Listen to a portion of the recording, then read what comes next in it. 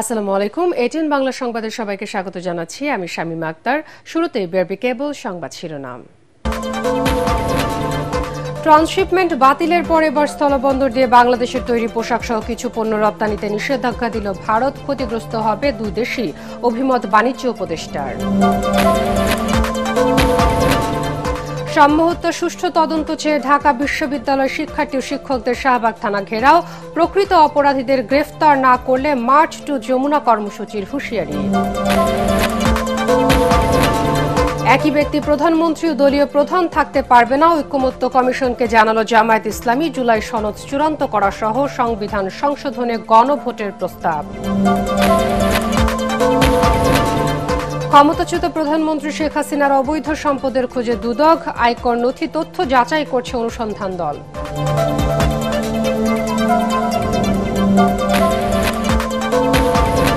এবং ইশরাককে মেয়র ঘোষণার দাবিতে নগর ভবনের গেটে তালা ঝুলিয়ে সমর্থকদের আন্দোলন। দায়িত্ব না দিয়ে আদালতের সিদ্ধান্ত অগ্রাহ্য করা হচ্ছে, আমির খসরু।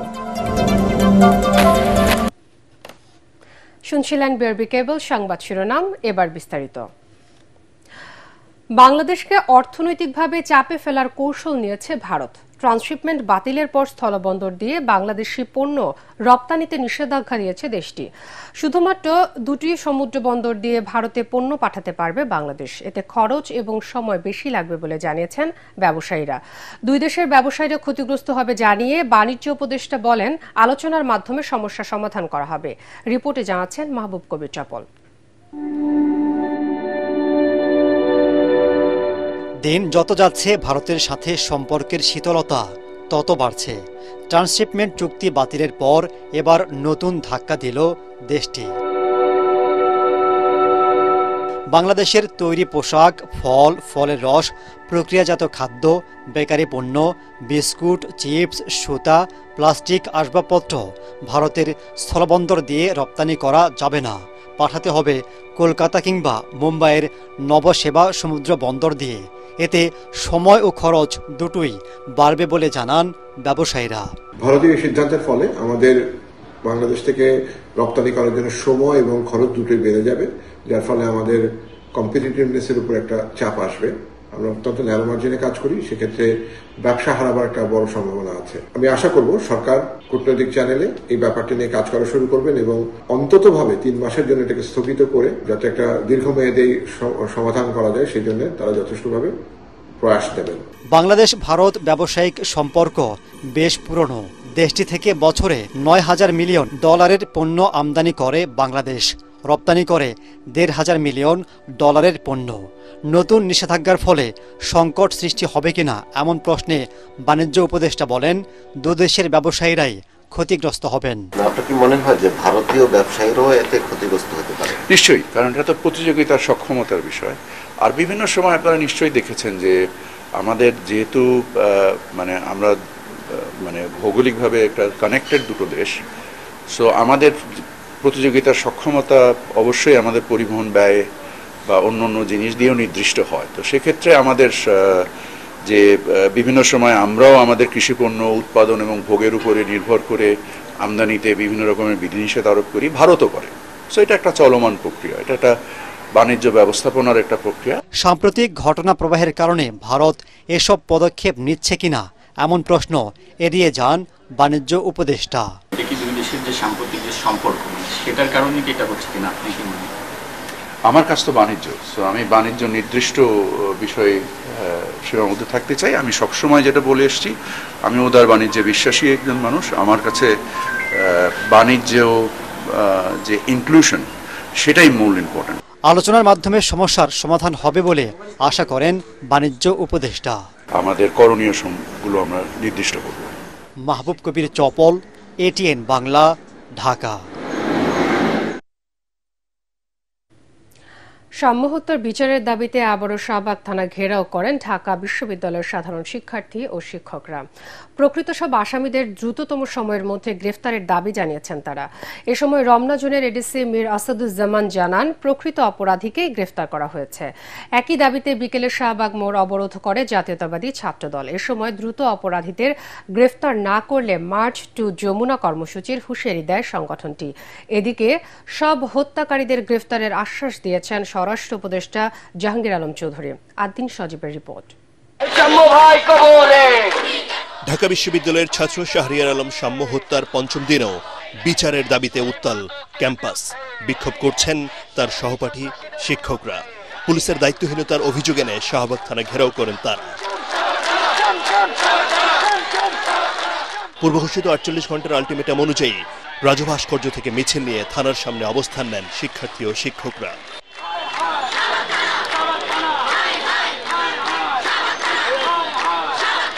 এরপর শিক্ষক ও শিক্ষার্থীদের একটি প্রতিনিধি দল পুলিশের ঊর্ধ্বতন কর্মকর্তার সাথে তদন্তের অগ্রগতি জানতে চান। আমাদের যে দুজন প্রত্যক্ষদর্শী আছে তাদেরকে অ্যাটলিস্ট আসামিদেরকে চিহ্নিত করতে বা নিশ্চিত করতে কাজে লাগানো বা তাদের নেওয়া। এই ঘটনাতে যদি 10 জন 15 জন 20 জন যতজন জড়িত থাকবে প্রত্যেককে আমরা আইনে আওতায় আনবো। এই ঘটনায় নিরপরাধ কেউ যাতে হয়রানির শিকার না হয় তা নিশ্চিতেরও দাবি জানান তারা। ইন্ট্রোগেশন শেষ হলে উইদিন 6 ডেজ এর মধ্যে বাকি আসামিদেরও অ্যারেস্ট করার পর্যায়ে চলবে এবং এই 6 দিনের মধ্যে ওনারা আরো অগ্রগতি করতে পারবেন। পরে সাম্যের প্রকৃত হত্যাকারীদের গ্রেফতারের দাবিতে শাহবাগ মোড় অবরোধ করে ছাত্রদল।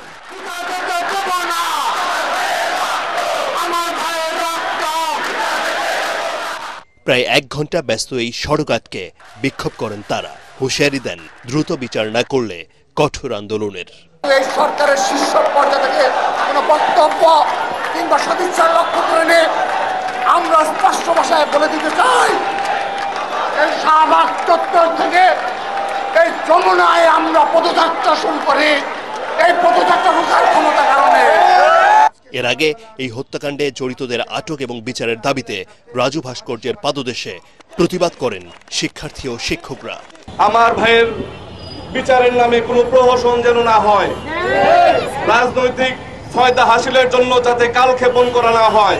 সমস্ত রাজনৈতিক দলাদলের ঊর্ধ্বে উঠে এটি ন্যায় বিচারের স্বার্থে আমাদের ঐক্যবদ্ধ সংহতি প্রয়োজন। বিকেলে সচিবালয়ে স্বরাষ্ট্র উপদেষ্টার সঙ্গে বৈঠকে বসেন ঢাকা বিশ্ববিদ্যালয়ের উপাচার্য অধ্যাপক নিয়াজ আহমেদ খান সহ শিক্ষক শিক্ষার্থীদের একটি প্রতিনিধি দল। স্বরাষ্ট্র উপদেষ্টা আমাদেরকে আশ্বস্ত করেছে যে ডিবিতে ডিটেকটিভ ব্রাঞ্চে ইনভেস্টিগেশনটা ট্রান্সফার করা হবে। ওনারা এমনিতেও চেষ্টা করছেন এবং ওনারা বলেছেন এবং ফার্দার এটা যাতে মানে ফ্যাসিলিটেট হয় সেইভাবে ওনারা এটা এগিয়ে নিয়ে যাবেন। এ সময় এই হত্যাকাণ্ডের সঙ্গে জড়িত সব আসামিকে এখনো গ্রেফতার না করায় অসন্তোষ প্রকাশ করেন সাম্যের সহপাঠীরা। আদিন সজীব, এটিএন বাংলা, ঢাকা। একই ব্যক্তি একই সাথে প্রধানমন্ত্রী ও দলীয় প্রধান থাকতে পারবে না বলে ঐকমত্য কমিশনকে জানিয়েছে জামায়াত ইসলামী। জুলাই সনদ চূড়ান্ত করা সহ সংবিধান সংশোধনে গণভোটের প্রস্তাব দিয়েছে দলটি। সংসদ ভবনের এলডি হলে জাতীয় ঐকমত্য কমিশনের সাথে বৈঠকে জাতীয় নির্বাচনের আগে স্থানীয় সরকার ভোটের বিষয়ে অনড় অবস্থানের কথা জানায় জামায়াত ইসলামী। জাতীয় ঐকমত্য কমিশনের সহসভাপতি অধ্যাপক ডক্টর আলী রিয়াজ বলেন, 2-1 দিনের মধ্যে প্রাথমিক আলোচনা শেষে শুরু হবে দ্বিতীয় পর্যায়ে সংলাপ। মিজান শাহজাহানের রিপোর্ট। বিরতি দিয়ে 5 ঘন্টারও বেশি সময় ধরে চলে জামাতের সাথে জাতীয় ঐকমত্য কমিশনের আলোচনা। 11 সদস্যের প্রতিনিধি দলের নেতৃত্ব দেন দলের নায়েবে আমির ডাক্তার সৈয়দ আব্দুল্লাহ মোহাম্মদ তাহের। এ সময় তিনি বলেন, একটি দল ক্ষমতায় না আসতেই যেভাবে দখল শুরু করে দিয়েছে তাতে সুষ্ঠু নির্বাচন আয়োজনে সংশয় রয়েছে জামাতের। আগামী নির্বাচনও একেবারেই সঠিক সুষ্ঠু হবে এরকম পরিস্থিতি কিন্তু এখনো লক্ষ্য করা যাচ্ছে না। কারণ কোন কোন কনস্টিটিউয়েন্সিতে ইতিমধ্যেই নানা সমস্যা দেখা যাচ্ছে। কিছুদিন আগে পাবনায় আটঘরিয়া এলাকায় জামাতের অফিসে অগ্নিসংযোগ করা হয়েছে, কিছু মারধরের ঘটনা ঘটছে। এখনো নির্বাচনের ডেটই হয়নি, এখনই জায়গা দখল, এলাকা দখলের প্রতিযোগিতা হচ্ছে। ঐকমত্য কমিশনের সহসভাপতি আলী রিয়াজ বলেন, জুলাই সনদ চূড়ান্তকরণে জাতিকে ঐক্যবদ্ধ করার দায় সবার। জাতীয় ঐকমত্য কমিশন চেষ্টা করছে যত দ্রুততার সঙ্গে সম্ভব আমরা একটি জাতীয় সনদের দিকে অগ্রসর হতে চাই। বিশ্বাস করি যে সমস্ত জায়গার মতো ভিন্নতা আছে, ভিন্ন মত আছে, ঐকমত্য তৈরি হচ্ছে না, সেগুলোর ব্যাপারেও আমরা অগ্রসর হতে পারব। বৈঠক শেষে জামাত নেতারা জানান 166 প্রস্তাবের মধ্যে 120টিরও বেশির সঙ্গে একমত তারা। দেশকে 4টি প্রদেশে ভাগ করার পক্ষে নয় তারা। এছাড়া সংসদের উভয় কক্ষে আনুপাতিক হারে নির্বাচন ও আগে স্থানীয় সরকারের ভোটের পক্ষে দলটি। দুইটা নির্বাচনেই লোয়ার হাউস আপার হাউস নির্বাচন দুইটাতে পিয়ার সিস্টেমই আমরা স্টেজ করেছি। গণভোটের মাধ্যমে আমাদের জুলাই চার্টার হোক, ন্যাশনাল চার্টার হোক, এবং চার্টারের বাইরেও যদি কোনো ইম্পর্টেন্ট ইস্যু থাকে সেটাকে ইনক্লুড করে এটা আইনগত চূড়ান্ত ভাবে এটা ফাইনাল করবে। Of the people by the people and for the পিপলের কথা উল্লেখ করে নেতা বলেন, অনেক ব্যাপারে আগের বৈঠকে দ্বিমত করলেও এবার ঐক্যমত্যে এসেছে জামাত। দলীয় স্বার্থ নয়, জাতীয় স্বার্থে তাদের এই পরিবর্তন বলে জানান তিনি। মিজান শাহজাহান, এটিএন বাংলা, ঢাকা। ইশরাক হোসেনকে মেয়র করার দাবিতে নগর ভবনের গেটে তালা ঝুলিয়ে চতুর্থ দিনের মতো আন্দোলন করেছে তার সমর্থকরা। এ সময় স্থানীয় সরকার উপদেষ্টার পদত্যাগ দাবি করেন তারা। আন্দোলনকারীদের সাথে যোগ দেন নগর ভবনের কর্মচারীরাও। এদিকে বন্ধ রয়েছে ঢাকা দক্ষিণ সিটি কর্পোরেশনের সব কার্যক্রম। এতে সীমাহীন ভোগান্তিতে পড়েছেন সেবাগ্রহীতারা। সোমবার নগর ভবনের সামনে বিক্ষোভ সমাবেশের ডাক দিয়েছেন আন্দোলনকারীরা। আরও জানাচ্ছেন মুশফিকুর রহমান। ইশরাক হোসেনকে মেয়রের দায়িত্ব বুঝিয়ে দেওয়ার দাবিতে সকাল 9টার পর থেকেই নগর ভবনের প্রধান ফটকের সামনে অবস্থান নেয় আন্দোলনকারীরা। বন্ধ করে দেয়া হয় মূল সড়কের যান চলাচল, চলে মুহুর্মুহু স্লোগান, দাবি তোলা হয় আসিফ মাহমুদ সজীব ভুঁইয়ার পদত্যাগের। একটা 5ই আগস্ট হয়েছিল শুধুমাত্র বৈষম্য দূর করার জন্য, কিন্তু আজকে সবচেয়ে বড় বৈষম্য করা হচ্ছে ইশরাকের প্রতি। নির্বাচন কমিশনে গ্যাজেট হয়ে গেছে এবং তাকে এবং কোর্ট থেকে রায় দিয়েছে, তারা তো কোর্টের প্রতিও তাদের সম্মান বোধ নাই।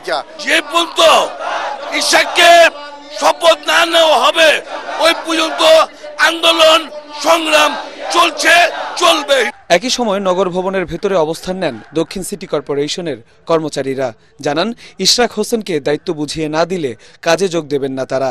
যাতে নাগরিকরা সবাই সেবা পায় এবং আমরা যাতে কাজকর্মে ফিরতে পারি। তো আমি আশা করবো যে স্থানীয় সরকার উপদেষ্টা যিনি আমাদের মেয়র হয়েছেন, আমাদের মেয়র স্যারকে যাতে অবিলম্বে যাতে ওনার দায়িত্ব পালন করতে দেন। ভোটে নির্বাচিত মেয়র গেজেট পাস হয়েছে, সেই মেয়রকে ঢাকাবাসী বসাইতে চায়। বসানোর পর আমাদের রুম খুলে দেবে, আমরা অফিস করব। এদিকে কার্যক্রম বন্ধ থাকায় চরম ভোগান্তিতে সেবাগ্রহীতারা। ছোট শিশু এবং মাকে নিয়ে জন্ম নিবন্ধন নবায়ন করতে এসেছিলেন লামিয়া। তবে নগর ভবনের কার্যক্রম বন্ধ থাকায় খালি হাতেই ফিরতে হচ্ছে তাকে। ভেতর থেকে বলছে, আমি জিজ্ঞেস করলাম কখন খুলবে, বলে কোনো ঠিক নেই, আগামী সপ্তাহে যোগাযোগ করেন, এটা বললো। রাজারবাগ থেকে হোল্ডিং ট্যাক্সের টাকা জমা দিতে এসে মাথায় হাত মোহাম্মদ হাসানের। অসুস্থ শরীরে আশাটাই যেন বৃথা তার। মেয়র পদে যে নতুন নিযুক্ত হয়েছে, এর দায়িত্ব পাওয়ার আগ পর্যন্ত আমাদের অফিস বন্ধ করে দিছে। কেন? এই জন্য ওখানে যাইতে দিব না। সোমবারও নগর ভবনের সামনে বিক্ষোভ সমাবেশের ডাক দিয়েছেন আন্দোলনকারীরা। মুশফিকুর রহমান, এটিএন বাংলা, ঢাকা। করিডোর দেয়া অন্তর্বর্তী সরকারের কাজ নয়, তাদের মূল কাজ গণতান্ত্রিক সরকারের কাছে ক্ষমতা হস্তান্তর বলে জানিয়েছেন বিএনপির স্থায়ী কমিটির সদস্য আমির খসরু মাহমুদ চৌধুরী। দেশের বর্তমান পরিস্থিতিতে দলের অবস্থান জানাতে আয়োজিত সংবাদ সম্মেলনে তিনি বলেন, সরকারের কর্মকাণ্ডের গণতান্ত্রিক প্রক্রিয়ায় ফিরে যাওয়ার কোনো লক্ষণ দেখা যাচ্ছে না। সংস্কারের ধোঁয়া তুলে যত বিলম্ব করা হবে দেশ তত বিপদের দিকে যাবে বলে দাবি করেন বিএনপির এই নেতা। জানান, সদিচ্ছা থাকলে ডিসেম্বরের আগেই নির্বাচন সম্ভব। ইশরাক হোসেনকে মেয়রের দায়িত্ব বুঝিয়ে না দিয়ে সরকার কেন আদালতের সিদ্ধান্তকে অগ্রাহ্য করছে এমন প্রশ্ন রাখেন তিনি। অন্তর্বর্তী সরকার স্বৈরাচারী শেখ হাসিনার সুরে কথা বলছে বলেও মন্তব্য করেন আমির খসরু। যে কয়টা ঐক্যমত হয়েছে, এই কয়টা ঐক্যমতের পরিপ্রেক্ষিতে সমাধান করে নির্বাচনের রোডম্যাপ দিতে সমস্যাটা কোন জায়গায় কেন দেওয়া হচ্ছে না? সব আলোচনা হচ্ছে, চিটাগং পোর্ট দিয়ে দেওয়ার আলোচনা হচ্ছে, ওখানে করিডোর দেওয়ার আলোচনা হচ্ছে, ওদেরকে বিনিয়োগ সম্মেলন করা হচ্ছে।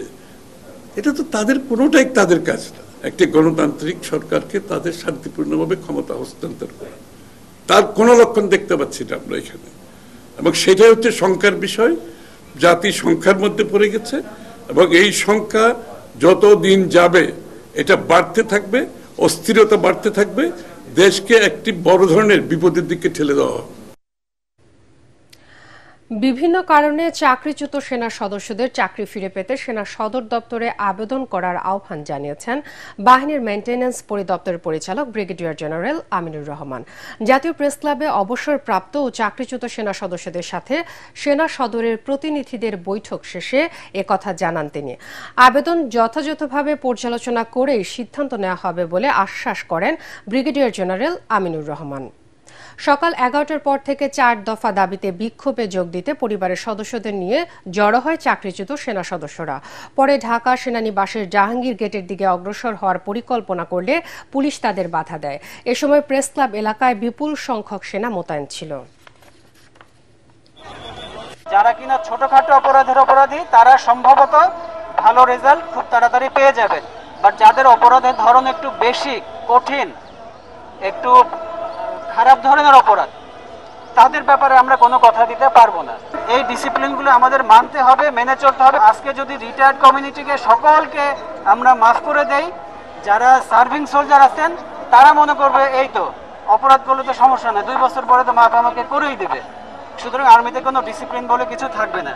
কিন্তু বাংলাদেশ সেনাবাহিনী যে একটা সুশৃঙ্খল বাহিনী রূপে বাংলাদেশ দেশের জনগণ দেশমাতৃকার কাছে দায়বদ্ধ এবং সুনাম অর্জন করেছে, এই সুনামটা বজায় রাখার দায়িত্ব আপনার আমার সকলের।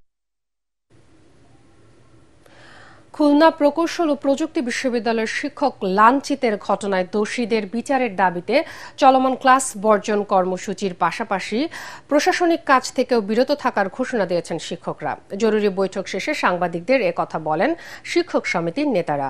তাদের অভিযোগ, মাত্র কয়েকজন শিক্ষার্থীর স্বার্থ রক্ষা ও ওপর মহলের অদৃশ্য শক্তিকে খুশি করতে দোষীদের বিচারিক কার্যক্রমে বাধা দেওয়ার চেষ্টা করছে বিশ্ববিদ্যালয় প্রশাসন। এদিকে দ্রুত ক্লাস চালুর দাবিতে অন্তর্বর্তী উপাচার্য হযরত আলী বরাবর স্মারকলিপি দিয়েছে 5 বিভাগের শিক্ষার্থীরা। যেহেতু বিশ্ববিদ্যালয় প্রশাসন সিন্ডিকেটের সভা করে ডিসিপ্লিনারি করে শোকজ প্রক্রিয়া সম্পন্ন করেছে, এই প্রক্রিয়া চলমান রাখার জন্য উপযুক্ত ব্যবস্থা গ্রহণ করবে, অন্যথায় আগামীকাল দুপুর 12 ঘটিকার মধ্যে বিচার প্রক্রিয়া সম্পন্ন করে শিক্ষার পরিবেশ নিশ্চিত করার জন্য দাবি জানাচ্ছে। প্রস্তাবিত বিচার বিভাগীয় তদন্ত কমিটি দ্বারা তদন্ত এবং বিচার প্রক্রিয়া জটিল এবং দীর্ঘায়িত হবে, যা আমাদের শিক্ষার্থীদের জন্য ভোগান্তি আরো বেশি তৈরি করবে এবং শিক্ষক এবং শিক্ষার্থীদের সম্পর্কের আরো অবনতি ঘটাবে। জুলাই গণঅভ্যুত্থানে ক্ষমতাচ্যুত সাবেক প্রধানমন্ত্রী শেখ হাসিনার বিরুদ্ধে অবৈধ সম্পদের অনুসন্ধান শুরু করেছে দুদক। শেখ হাসিনার স্থাবর অস্থাবর সম্পদের হিসাব ও তার আয়কর নথি যাচাই বাছাই করে প্রকৃত তথ্য উদ্ঘাটন করবে অনুসন্ধানকারী দলটি। সম্প্রতি এ বিষয়ে সিদ্ধান্ত নেওয়ার পর আজ দুর্নীতি দমন কমিশন থেকে অনুসন্ধান টিম গঠন করা হয়। সংস্থাটির উপপরিচালক মাসুদুর রহমানকে প্রধান করে এই টিমকে অনুসন্ধানের দায়িত্ব দেওয়া হয়েছে। এছাড়াও শেখ হাসিনার বিরুদ্ধে প্লট জালিয়াতি, বিদেশে অর্থ পাচার, প্রকল্পের অর্থ লুট সহ একাধিক দুর্নীতির অনুসন্ধান দুদকে চলমান রয়েছে। এর আগে পূর্বাঞ্চলে প্লট জালিয়াতির মামলায় চার্জশিট দাখিল করা হলে সাবেক এই প্রধানমন্ত্রীর বিরুদ্ধে গ্রেফতারি পরোয়ানা জারি করে আদালত। সরকারের কাছ থেকে আলোচনার কোনো আনুষ্ঠানিক প্রস্তাব না পাওয়ায় রোববার 5ম দিনের মতো কলম বিরতি পালন করে এনবিআর সংস্কার ঐক্য পরিষদ। সংবাদ সম্মেলনে তারা জানান, অর্থ উপদেষ্টার পাশাপাশি অন্যান্য উপদেষ্টারও আলোচনায় অংশ নিতে হবে। দাবি মেনে না নেওয়া হলে অতিরিক্ত সময় কাজ করে ক্ষতি পুষিয়ে দেওয়া হবে বলে জানান তারা। এদিকে এনবিআর ভেঙে রাজস্ব নীতি এবং রাজস্ব ব্যবস্থাপনা নামে 2টি আলাদা বিভাগ প্রতিষ্ঠায় জারি করা অধ্যাদেশের বৈধতা চ্যালেঞ্জ করে রিট করেছেন সুপ্রিম কোর্টের এক আইনজীবী। রিপোর্ট করছেন ঐশী গোস্বামী প্রমি। জাতীয় রাজস্ব বোর্ড এনবিআর বিলুপ্তির অধ্যাদেশ বাতিল সহ 3 দফা দাবিতে 5ম দিনের মতো কলম বিরতি পালন করে এনবিআর সংস্কার ঐক্য পরিষদ।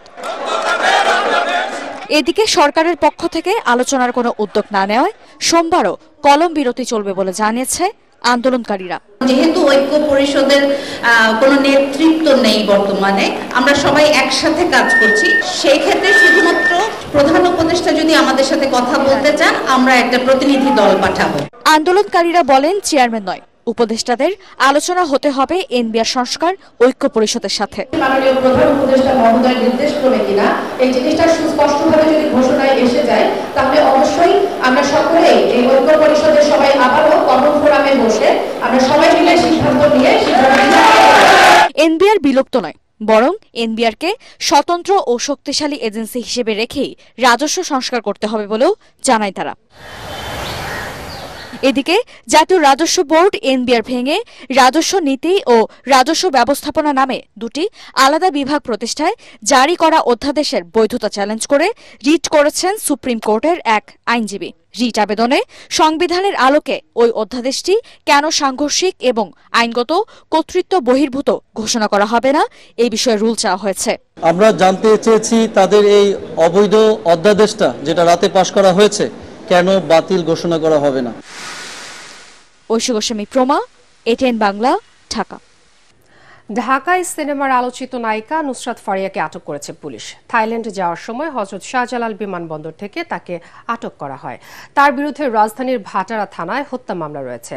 প্রাথমিক জিজ্ঞাসাবাদ শেষে তাকে ভাটারা থানায় হস্তান্তর করা হয়েছে বলে জানিয়েছে পুলিশ।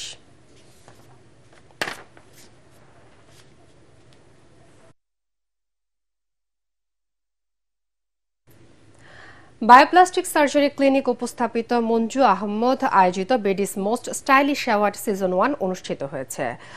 ঢাকার রাইফেলস ক্লাব অডিটোরিয়ামে আয়োজিত অনুষ্ঠানে বিভিন্ন সোশ্যাল মিডিয়া এবং দেশের সাংস্কৃতিক অঙ্গনের সুপরিচিতদের মাঝে বিভিন্ন ক্যাটাগরিতে পুরস্কার দেওয়া হয়। পুরস্কার তুলে দেন চিত্রনায়িকা রোজিনা। এতে চিত্রনায়িকা উপবিশ্বাস, পূজা চেরি সহ অনেক পরিচিত মুখের সমাগম ঘটে। অনুষ্ঠানে ফ্যাশন শো পর্বে শো স্টপার হিসেবে ক্যাটওয়াক করেন চিত্রনায়িকা উপবিশ্বাস। শেষে মনোজ্ঞ সাংস্কৃতিক অনুষ্ঠানের আয়োজন করা হয়। বেডিস মোস্ট স্টাইলিশ অ্যাওয়ার্ডের মিডিয়া পার্টনার এটিএন বাংলা।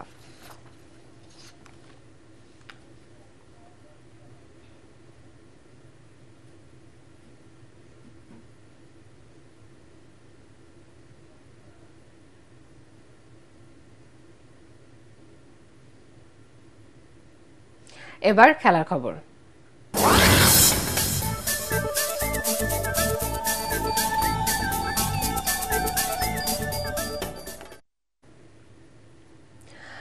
দীর্ঘদিন পর লিগ চ্যাম্পিয়ন্স হওয়ার পর আনন্দের সাজে সেজে উঠেছে মোহামেডান স্পোর্টিং ক্লাব। তবে পরের মৌসুমের জন্য চ্যাম্পিয়ন দলকে ধরে রাখার তাগিদ দিলেন কোচ।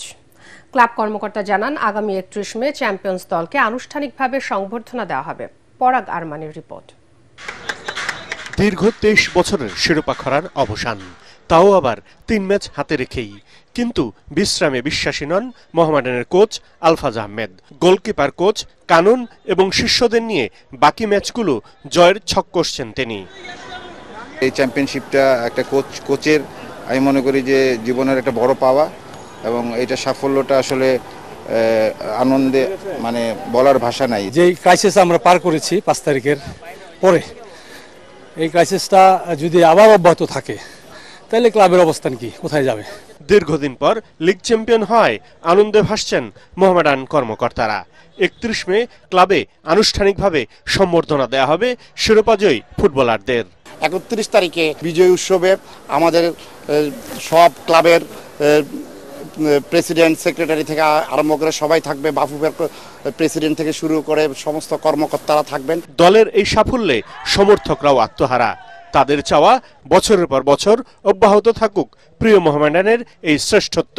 এই পেশাদার লিগ চ্যাম্পিয়ন হতে আমাদের দর্শকদের মাঝে যে একটা ছিল, মানে গ্যাপ ছিল, সেই গ্যাপটা অনেকটা পূরণ হয়েছে। কোচিং স্টাফে আছে অক্লান্ত পরিশ্রমে আমরা 2024-25-এর যে লিগ শিরোপা অর্জন করেছে, এটা দেশবাসীর জন্য একটা গৌরব। তো আমার ওনার কাছে পার্সোনালি অনুরোধ থাকবে যে সেম টিমটাকেই ধরে রাখার জন্য। আগামী 23 মে হোম ভেন্যু কুমিল্লায় ব্রাদার্স ইউনিয়নের বিপক্ষে ম্যাচে লিগ চ্যাম্পিয়ন শিরোপা নিয়ে আনন্দ উদযাপন করতে চাইছে মোহামেডান। পরাগ আরমান, এটিএন বাংলা, ঢাকা। শেষ করার আগে বিআরবি কেবল সংবাদ শিরোনাম আরও একবার। ট্রান্সশিপমেন্ট বাতিলের পর এবার স্থলবন্দর দিয়ে বাংলাদেশের তৈরি পোশাক সহ কিছু পণ্য রপ্তানিতে নিষেধাজ্ঞা দিল ভারত। ক্ষতিগ্রস্ত হবে দুই দেশই, অভিমত বাণিজ্য উপদেষ্টার। সাম্য হত্যার সুষ্ঠু তদন্ত চেয়ে ঢাকা বিশ্ববিদ্যালয় শিক্ষার্থী শিক্ষকদের শাহবাগ থানা ঘেরাও, প্রকৃত অপরাধীদের গ্রেফতার না করলে মার্চ টু যমুনা কর্মসূচির হুঁশিয়ারি। একই ব্যক্তি প্রধানমন্ত্রী ও দলীয় প্রধান থাকতে পারবে না, ঐক্যমত্য কমিশনকে জানালো জামায়াত ইসলামী। জুলাই সনদ চূড়ান্ত করা সহ সংবিধান সংশোধনে গণভোটের প্রস্তাব। ক্ষমতাচ্যুত প্রধানমন্ত্রী শেখ হাসিনার অবৈধ সম্পদের খোঁজে দুদক, আয়কর নথি তথ্য যাচাই করছে অনুসন্ধান দল।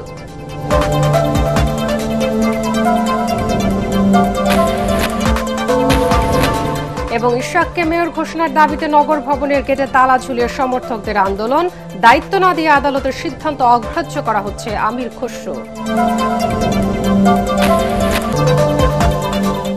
পরবর্তী সংবাদ দেখার আমন্ত্রণ জানিয়ে এখনকার মতো শেষ করছি। এটিএন বাংলা সংবাদ ইউটিউবে দেখতে ব্রাউজ করুন youtube/ATN বাংলা নিউজ। এতক্ষণ সাথে থাকার জন্য ধন্যবাদ সবাইকে।